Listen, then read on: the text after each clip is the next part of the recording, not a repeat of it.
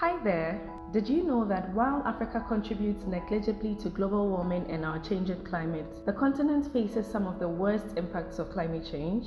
This includes prolonged droughts leading to water scarcity and food shortages, and flooding and coastal erosions which lead to displacements and migration and disease outbreaks. Did you also know that prevailing structural, economic and social inequalities within our communities such as poverty, unemployment, housing and healthcare deficits exacerbate the impact of the climate crisis in developing economies such as Africa?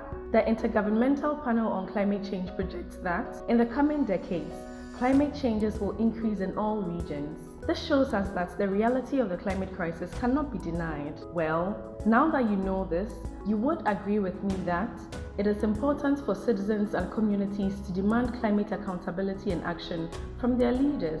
But how can we demand accountability, and how can we ensure that necessary action is taken and in time to support communities adapt to the climate crisis and build local resilience? It is true that the implementation of climate adaptation and mitigation take roots from the understanding of their relevance for building local climate resilience. This understanding is often a function of the availability of accessible climate change information to people. We realize, however, that there is a gap in climate communications and information accessibility, particularly in the African context.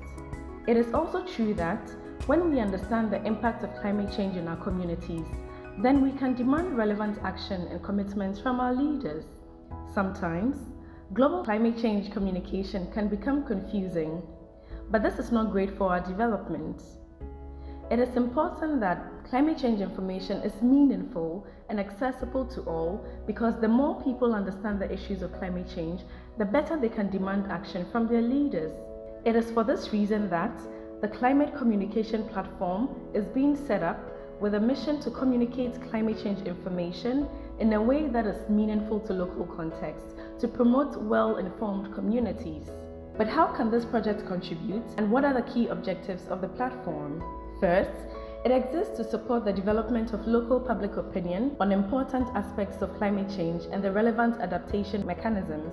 Secondly, the platform aims to showcase local climate action projects to inspire replication and development of other projects. Who will we work with? By working with experts to make climate-related information accessible to all, it is our aim to contribute to a wider understanding of climate change by people and to strengthen the evidence base for local climate accountability and action. Through the platform, we will address key issues in the climate space, such as gender-sensitive climate adaptation, climate finance, inclusive climate action, climate governance, and climate policy, to name a few.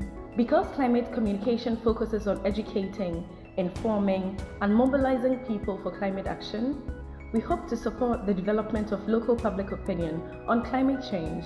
This can help drive necessary action for building local resilience.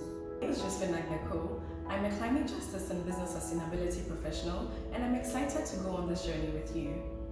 Visit climatevoiceafrica.org to learn more about our work.